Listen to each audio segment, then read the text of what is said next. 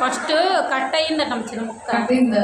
అది ఇప్పుడు మళ్ళీ చేసాడు సరే ఏం చేయదు. దేవుని యందు మనము నమ్మకం ఉంచాలి అనే విషయాలు మనం నేర్చుకున్నాం. దేవుని మీదే నమ్మకం లేకపోతే తల్లిదండ్రుల మీద నమ్మకం ఉండదు, సేవకుల మీద నమ్మకం ఉండదు. కాబట్టి నమ్మకం అనేది మనము ఉంచాలి దేవుని మీద. ఫస్ట్ దేవుని మీద నమ్మకం ఉంటే అందరి మీద కూడా ఎవరి మీద నమ్మకం ఉంచాలో, ఎవరి మీద నమ్మకం ఉంచకూడదు అనే విషయాలు దేవుడే నడిపిస్తాడు. అర్థమవుతుందా? ఏంటి అర్థమైంది? ఎవరి మీద నమ్మకం ఉంచాలి? ఫస్ట్ దేవుడి మీద నమ్మకం ఉంచాలి. ముందుకు వచ్చి కూర్చో, తీసుకెళ్ళాలి. ముందుకు వచ్చి కూర్చో. ఫస్ట్ దేవుడి మీద నమ్మకం ఉంచాలి. ఎవరి మీద నమ్మకం ఉంచాలి? దేవుడి మీద నమ్మకం ఉంచాలి. మనం ఏమని చెప్తున్నారంటే, కీర్తనాకారుడైన దావీదు భక్తుడు ఒక ప్రవచన వాక్యాన్ని దేవుడు మనకి ఈరోజు అందిస్తున్నారు. కాబట్టి 8వ వచనంలో, కీర్తనల గ్రంథము 62వ అధ్యాయం 8వ వచనంలో, జనులారా ఎల్లప్పుడూ ఆయన యందు నమ్మకయించుడి. జనులారా అంటే ఏంటమ్మా? దానికి మతం కులం భేదం ఉందా? అందరూ కూడా మనుషులే కదా, అందరూ ఒకటే. జనులారా దేవుని దృష్టిలో అందరూ ఒకటే. పేదోళ్ళు గొప్పోళ్ళు అని ఏమైనా తేడా ఉందా? జనులారా ఎల్లప్పుడూ ఆయన యందు నమ్మకయించుడి, ఆయన సన్నిధిని మీ హృదయములు కుమ్మరించుడి. ఎక్కడ మీ హృదయం కుమ్మరించారు? మీ ఇంట్లోనా? సన్నిధికి రావడానికి సైతాన్ గడు రానకుండా చేస్తాడు, శాఖని సూర్యాన్ని. ఆ దెయ్యాన్ని ఎలగొట్టే బాధ్యత ఎవరైతే నమ్మకంగా ఉన్నారో వాళ్ళు చేయాలి ఆ పని. ఆ ప్రేమ రుచి చూసిన వాళ్ళని, ఆ ప్రేమ ఎప్పుడైతే దేవుని ప్రేమను రుచి చూస్తారో అలా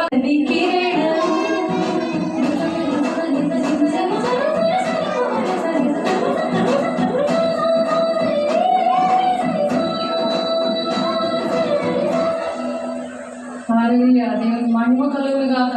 దేవుని స్తోత్రం. ఫస్ట్ కట్ అయిందట చిన్న ముక్క కట్ అయిందా? అది ఇప్పుడు మళ్ళీ చేసాడు సరే ఏం చేయదు. దేవుని యందు మనము నమ్మకం ఉంచాలి అనే విషయాలు మనం నేర్చుకున్నాం. దేవుని మీదే నమ్మకం లేకపోతే తల్లిదండ్రుల మీద నమ్మకం ఉండదు, సేవకుల మీద నమ్మకం ఉండదు. కాబట్టి నమ్మకం అనేది మనము ఉంచాలి దేవుని మీద. ఫస్ట్ దేవుని మీద నమ్మకం ఉంటే అందరి మీద కూడా ఎవరి మీద నమ్మకం ఉంచాలో, ఎవరి మీద నమ్మకం ఉంచకూడదు అనే విషయాలు దేవుడే నడిపిస్తాడు. అర్థమవుతుందా? ఏంటి అర్థమైంది? ఎవరి మీద నమ్మకం ఉంచాలి? ఫస్ట్ దేవుడి మీద నమ్మకం ఉంచాలి. ముందుకు వచ్చి కూర్చో, తీసుకెళ్ళాలి. ముందుకు వచ్చి కూర్చో. ఫస్ట్ దేవుడి మీద నమ్మకం ఉంచాలి. ఎవరి మీద నమ్మకం ఉంచాలి? దేవుడి మీద నమ్మకం ఉంచాలి. మనం ఏమని చెప్తున్నారంటే, కీర్తనాకారుడైన దావీదు భక్తుడు ఒక ప్రవచన వాక్యాన్ని దేవుడు మనకి ఈరోజు అందిస్తున్నారు. కాబట్టి 8వ వచనంలో, కీర్తనల గ్రంథము 62వ అధ్యాయం 8వ వచనంలో, జనులారా ఎల్లప్పుడూ ఆయన యందు నమ్మకయించుడి. జనులారా అంటే ఏంటమ్మా? దానికి మతం కులం భేదం ఉందా? అందరూ కూడా మనుషులే కదా, అందరూ ఒకటే. జనులారా దేవుని దృష్టిలో అందరూ ఒకటే. పేదోళ్ళు గొప్పోళ్ళు అని ఏమైనా తేడా ఉందా? జనులారా ఎల్లప్పుడూ ఆయన యందు నమ్మకయించుడి, ఆయన సన్నిధిని మీ హృదయములు కుమ్మరించుడి. ఎక్కడ మీ హృదయం కుమ్మరించారు? మీ ఇంట్లోనా? సన్నిధికి రావడానికి సైతాన్ గడు రానకుండా చేస్తాడు, శాఖని సూర్యాన్ని. ఆ దెయ్యాన్ని ఎలగొట్టే బాధ్యత ఎవరైతే నమ్మకంగా ఉన్నారో వాళ్ళు చేయాలి ఆ పని. ఆ ప్రేమ రుచి చూసిన వాళ్ళని, ఆ ప్రేమ ఎప్పుడైతే దేవుని ప్రేమను రుచి చూస్తారో అలాగా ఆ హృదయంలో ఉన్న వేదన అంతటినీ కూడా అటువంటి ప్రజల విషయంలో మనం హృదయాన్ని కుమ్మరించాలి. హృదయాన్ని దేవునికి ఆ విధంగా ఇవ్వాలి. అలా దేవుని ప్రేమించాలి. దేవుని ప్రజల విషయంలో ఆ విధంగా దేవుని దగ్గర ఏం చేయాలి? మన హృదయాన్ని కుమ్మరించాలి దేవుని సన్నిధిలో. దేవుని సన్నిధి అంటే దేవుని చిత్తానుసారంగా చేసే ప్రార్థనలు దేవుని సన్నిధికి లో నుంచి వెళ్తాయి. ఆ ప్రార్థన బట్టి దేశం బాగుంటుంది, ప్రజలు బాగుంటారు. ప్రజలు బాగుంటే మన కుటుంబాలు, సంఘాలు బాగుంటాయి. ఎక్కడికి వెళ్ళినా క్షేమం అనేది ఉంటుంది, అన్యాయం అనేది ఉండదు, అక్రమం అనేది ఉండదు, ప్రేమతో నిండిపోతుంది. దాన్నే దేవుని రాజ్యం అంటారు. అది ప్రేమతో నిండిందే దేవుని రాజ్యం. అది మన మధ్యనే ఉందని ఉంది వాక్యం. పరలోకమందున మా తండ్రి అని చెప్పి ప్రార్థనలో అదే ఉంది. పరలోక రాజ్యంలో నెరవేరుతున్నట్టు భూలోకమందున నెరవేరునుగాక అని మనం ప్రార్థన చేయాలి రోజుని. పరలోక ప్రార్థన ఆ విధంగా చెప్పాలి. అనుదిన ఆహారం నేడు మాకు దయచేయండి అంటే ఇదిగో అనుదిన ఆహారం. ఈరోజు శుక్రవారం దినాన ఆహారం అంటే ఆత్మ సంబంధమైన ఆహారం వస్తుంది. అన్ని జనులు ఏమనుకుంటారంటే ఏమి తిందుమా, ఏమి త్రాగుదమా, ఏమి భుజిద్దామా అని చింత ఉంటుంది. అంటే దేవుడు లేని వాళ్ళు అని అర్థం. దానికి కూడా మతము కులం అన్న భేదం లేదు. దేవుడు నమ్ముకున్నా సరే నువ్వు శరీరానుసారంగా నడుస్తున్నావు అనుకో, ఎంతసేపు అదే చింత ఉన్నదే అనుకో, నువ్వు అన్ని చూడడం లెక్క వస్తావు. కాబట్టి దేన్ని నేను విగ్రహంగా చేసుకున్నావు అనుకో, అప్పుడు కూడా అదే లెక్కలో వస్తావు. ప్రార్థనలు వెళ్ళవు. ఎంత ప్రార్థన చేసినా, ఎంత నువ్వు మాట్లాడినా, ఎంత దేవునితో బహుగా ప్రార్థన చేసినా నేను వినను అంటున్నాడు. యెషయా 1:15 అది పనిచేస్తుంది, బుర్ర పనిచేస్తుంది. అర్థమైందా? ఆ పనిచేసి బాగా గుర్తుపెట్టుకోవాలి. యెషయా 1:15 మీరు బహుగా ప్రార్థన చేసి నేను వినను అంటున్నాడు. బాగా మీ మనసులోని హృదయంలో గుర్తుకుంటే అటువంటి వాక్యం పట్టుకొని మీ దేవుని యొక్క మాట అన్నమాట. దేవుని యొక్క మాట అనేది వాక్యం. ఆ వాక్యం పట్టుకొని మీ హృదయాన్ని దేవుని యొక్క సన్నిధిలో కుమ్మరించాలి. ఉంటేనే మీ మాటల ద్వారా అవ్వదు, నా మాటల ద్వారా అవ్వదు. దేవుని మాట పట్టుకొని మీ హృదయాన్ని కుమ్మరించండి అంటున్నారు. అలాగే 2 పేతురు 3:3 కూడా నీతిమంతుల ప్రార్థన వైపే నా చెవులు పెట్టి వింటున్నాను అంటున్నాడు. ఆయన చెవులు పెట్టి వింటున్నాడు. మనుషులు వినరు. మనుషులు విన్నట్టు ఉంటారు, చేస్తానంటారు, కానీ మోసం చేస్తారు. చాలామంది 99% మోసమే ఉంటుంది మనుషుల్లో. కపట సహోదరులే ఉంటారు. చేస్తామని అంటారు, 2 నాలుకలతో మాట్లాడతారు. అది పాము స్వభావం. అలాగే తలపోటు, నడుము నొప్పి, కాడి పీకులు వస్తాయి. పాములు కూడా కళల్లో కనబడుతూ ఉంటాయి. ప్రార్థన చేసినప్పుడు కూడా, దర్శనంలో కూడా ఎదురుగుండా నువ్వు ప్రార్థన చేస్తుంది, ఎదురుగుండా వచ్చి అది నిలబడిపోతుంది. ఎదురుగుండా వచ్చి అది ఏంటంటే కళలోనే నిలబడుతుంది, మామూలుగా కూడా వచ్చేసి కూర్చుంటుంది అక్కడ. ఎందుకంటే నువ్వు 2 నాలుగులతో ఉంటావు. లోపల ఒక మాట, బయట ఒక మాట. మోసపుచ్చే ఆత్మని మీకు అప్పగిస్తున్నాను, ఎందుకంటే అపవిత్రతకు అప్పచెప్పేస్తున్నాను అని వాక్యం ఉంది. రోమా 1:24 ఎందుకంటే దేవుడికి చోటు ఇవ్వకుండా ప్రతి దానికి చోటు ఇచ్చావనుకో, నీతోటి ఎవరుంటారు? నువ్వు దేవుని సమయం కూడా ఇప్పుడు సెల్ ఫోన్కి సమయం ఇచ్చావనుకో, దాంతో ఆటలాడుతున్నావు అనుకో, ఏది వస్తుంది నీ దగ్గరికి? సాతాను కూడా వస్తాడు. సాతాను ఆనాడు మొదటి రాకడలో దేవుని రాజ్యంలో ఉన్న ఏదేని వనంలోకి సాతాను గాడితో సహవాసం చేసింది హవ్వ. ఆదామేమో హవ్వకి చెప్పలేదు. ఆదాముతో దేవుడు మాట్లాడాడు, ఆ తినవద్దన్న పండు తినద్దు, అది మంచి చెడులు తెలివినిచ్చే వృక్ష ఫలము, మీరు ముట్టద్దు, మిగిలినవన్నీ కూడా మీరు ఎంజాయ్ చేయండి. రోజు నేను మీతో మాట్లాడతాను, ముఖాముఖిగా మాట్లాడతాను, మీరు కష్టపడక్కర్లేదు, మీ కన్నీరు కలత ఏమీ ఉండదు. అంత దేవుని రాజ్యం మీ ఎదురుగుండా మీరు తినడానికి, మీరు సంతోషించుకోవడానికి, నాతో ఉండడానికి, మీతో నేను కలిసి జీవించడానికి ఈ వనమును నేను సృష్టించాను. ఈ మానవాళి రక్షణ కోసము నేను ఈ భూలోకానికి వచ్చాను అని చెప్పి పాపము తెలియలేని అటువంటి పరిశుద్ధతతో ఉన్న రాజ్యం, పరిశుద్ధతో ఉన్న జనము, వాళ్ళిద్దరినీ కూడా దేవుడు సృష్టించాడు. నరుడు ఒంటరిగా ఉండుట ఇష్టం లేక దేవుడు నారి అని చెప్పి పురుషుడి యొక్క ఆదాము యొక్క పక్కటెంలో ఎముకని తీసి దాన్ని మళ్ళా స్త్రీ రూపంలో చేసి మరి నాసికారంధ్రంలో మరి ఆయన ఆత్మని ఆయన ఊపిరిని ఊదగానే మరి స్త్రీగా మరి ఆదాముకు తోడుగా ఉంది. మరి ఇప్పుడు స్త్రీ పురుషుడికి తోడుగా ఉండాలని దేవుడు నిర్ణయించాడు. అలా తోడుగా ఉండాలి, అలా ఒకరికొకరు ప్రేమగా ఉండాలి, అలా తోడుగా ఉండి నడవాలని దేవుని యొక్క ఉద్దేశం.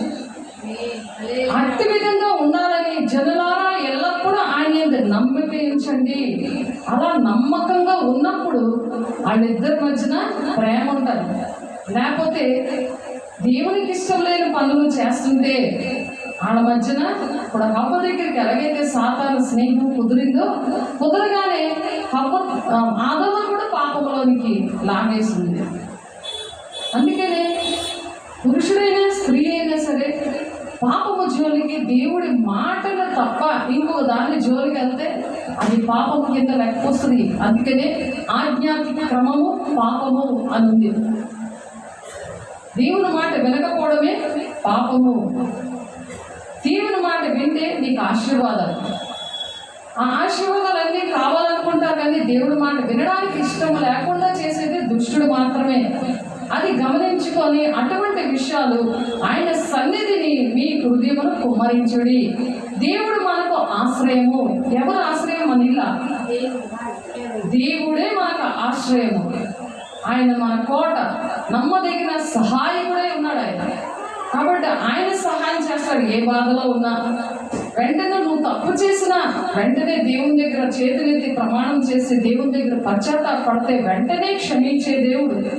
నువ్వు హృదయంలోనే ఉంచుకొని నువ్వు సరి చేసుకోకుండా నా ఇష్టం వచ్చి నడుస్తాను, దేవుడు నమ్ముకున్నాను కదా అంటే అది ఒక కథలాగే మిగిలిపోతుంది. కానీ ప్రార్థనలకు జవాబు రాదు, ఆరోగ్యం రాదు, ఆర్థిక ఇబ్బందులు ఏంటి, కుటుంబం ఏంటి, పిల్లలేంటి, భర్త ఏంటి, భార్య ఏంటి, సమాధానం లేకుండా అయిపోతుంది. ప్రతి ఒక్కరి కుటుంబాల్లో జరుగుతుంది ఇదే. కాబట్టి దేవుని యొక్క సన్నిధిలోనే మరి మీ హృదయాన్ని కుమ్మరించమని చెప్తున్నాడు దేవుడు. అందుకని భక్తిహీనుల గుడారంలో నివసించే కంటే దేవుని ఆలయంలో, దేవుని ఆవరణములో, ఆలయంలో ఇంకెంత శ్రేష్టం ఉంటుంది. 1000 దినముల కన్నా శ్రేష్టము అని ఉంది.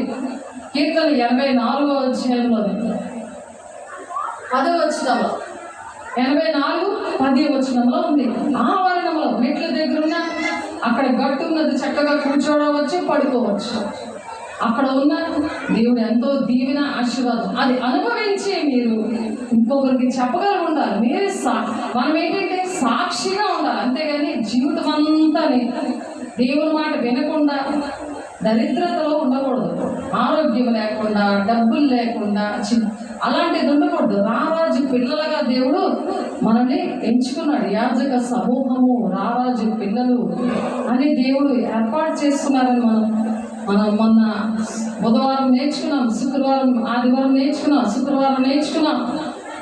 కాబట్టి దేవుడి పిల్లలు ఎప్పుడు కూడా రారాజు బిడ్డలుగా ఉండే పరిస్థితులు దేవుడికి ఇష్టమైనవి. దేవుడు ప్రణాళిక అది, దేవుడికి ఇష్టమైనది అది. నా పిల్లలు రారాజు బిడ్డలుగా ఉండాలని ఆయనకి ఇష్టమైనది అది. అది వినకపోతే ఎవరు ఏం చేయలేరు.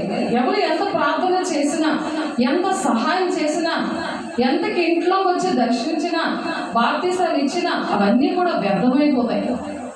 దేవుని తోడు అనేది ప్రతి ఒక్కరికి కావాలి. దేవుని మాటలు అనేది ప్రతి ఒక్కరు వినాలి. అది మనసులోనూ హృదయంలో ముద్రించుకోవాలి. ఎక్కడ నువ్వు ఉన్నా మనుషులు నీతో ఉండరు, కానీ వెంటనే దేవుడు నీకు జాబ్ ఇస్తాడు, నీకు విడుదల ఇస్తాడు. అనారోగ్యం నుండి, మీకు ఆర్థిక ఇబ్బందుల నుండి, ఎటువంటి ఆపద వచ్చినా వెంటనే క్షణంలో విడుదల ఇచ్చేది దేవుడు ఒక్కడే. ఆ ప్లేస్లో ఎవరినో ఒకరు తెచ్చి నీకు సహాయం చేపిస్తాడు. అందుకే నా నిమిత్తం మీరు తల్లినైనను, తండ్రినైనను, అన్నదమ్ములైనను, భూములైనను, ఆస్తులైన మీరు విడిచిపెడితే ఇహలోకంలో మీకు అన్నదమ్ములు, భూములు, ఆస్తులు, నిత్య జీవాన్ని నేను ఇస్తానంటున్నాడు. నిత్యం ఆయనతో జీవించే అర్హతని ఇస్తానంటున్నాడు. ఆ అర్హతని మీరు కోల్పోకూడదు. మీరే పాటు చేసుకుంటున్నారు దేవునితో నిత్యము కూడా నివసించడానికి. ఉంచు, అలాగే ఉంచు, కూర్చోండి. నిత్యము కూడా దేవునితో ఉండే పరిస్థితులు దేవుడు ఇస్తారు. ఈ లోకంలోనే దేవుడు మనతో ఉంటాడు, యుగకాలంలో కూడా దేవుడు మనతో ఉంటాడు. ఎందుకంటే నేను ఏ సంగతులు చెప్పానో అవే మీరు బోధించండి అని ఉంది.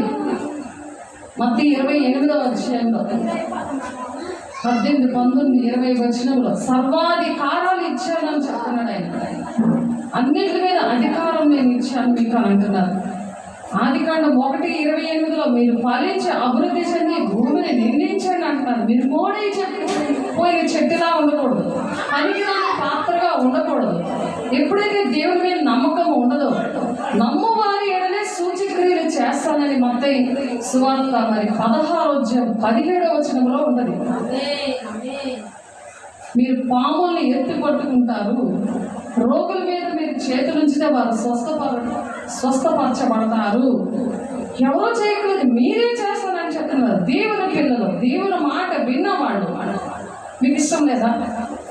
విషకరమైనది ఏది తాగినా మీకు ఏమీ జరగదు అని ఉంటుంది అక్కడ. దేవుడు నమ్ము వారిలో అటువంటి సూచక్రియలు చేస్తాడంట. అప్పుడు నీ మాట ఎవరైనా వింటారా వినరా? నీ పిల్లలు, నీ భర్త, నీ కుటుంబము, బయటకు వెళ్తున్న వాళ్ళ దగ్గర నీకు ఎంత గౌరవం ఉంటుంది. దేవుడిని తీసుకొని వెళ్తున్నావు, నీలో ఉండే దేవుడే ఆ మాటలు ఆ పనులు చేస్తాడు. ఆ పనులు చెయ్యాలని దేవుడు ఏం చెప్తున్నారు? జనులారా ఎల్లప్పుడూ ఆయన అంటే నమ్మిక ఉంచుడి. ఇటువంటి నమ్మకం పెట్టుకోవాలి. అంతేగాని ఇల్లు కట్టలేదు, నాకు ఇల్లు లేదు, నా పిల్లలకు పెళ్ళి అవ్వలేదు, ఇవన్నీ భూ సంబంధమైన విషయాలు. కాబట్టి అవి కూడా జరుగుతాయి, అవి కూడా జరుగుతాయండి. మొదట నీతిని రాజ్యాన్ని మీరు వెతకండి అంటే అర్థమైంది. ఇప్పుడు ఇందాక చెప్పిన విషయాలు నమ్ము వారిని సూచక్రియలు చేస్తాన్నారు కదా. దేవుడు ప్రేమ కలిగిన దేవుడు. అనేక మందికి ఆ ప్రేమను మనం పొందుకుంటే ఆ ప్రేమను ఇతరులకు పంచిపెడతాం. మీరు అలా ప్రార్థన చేసినప్పుడు, అలాగే మీరు ఉన్నప్పుడు, మీరు ఎక్కడ అడుగు పెడితే అక్కడ దేవుడు దీవెనకరంగా, ఆశీర్వాదకరంగా మీరు ఉన్నప్పుడు మిమ్మల్ని అందరూ ప్రేమిస్తారా లేదా?